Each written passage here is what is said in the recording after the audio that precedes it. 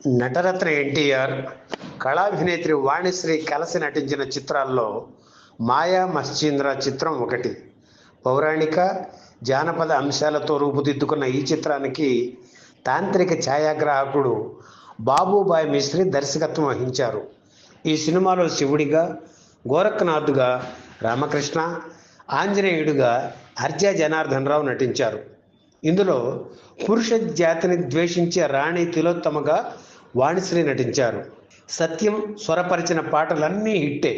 ముఖ్యంగా ప్రణయరాగ వాహిని పాట పెద్ద హిట్. తారకనామమే మధురంగా పాట కూడా ప్రజాదరణ పొందింది. భారీ సెట్స్ వేసి అత్యంత భారీ ఎత్తున తీశారు. 50 ఏళ్ల క్రితం అంటే 1975 మే 9న ఈ చిత్రం విడుదలయ్యింది. అయితే ఎన్టీఆర్ నటించిన అన్నదమ్ముల అనుబంధం చిత్రం సరిగ్గా 4 రోజుల ముందు విడుదలయ్యింది. ఆ చిత్రం హిట్ కావడంతో దాని ముందు మాయా మశ్చీంద్ర చిత్రం నిలబడలేకపోయింది. ఈ చిత్రాన్ని అలక్ నిరంజన్ పేరుతో హిందీలోకి డబ్ చేశారు.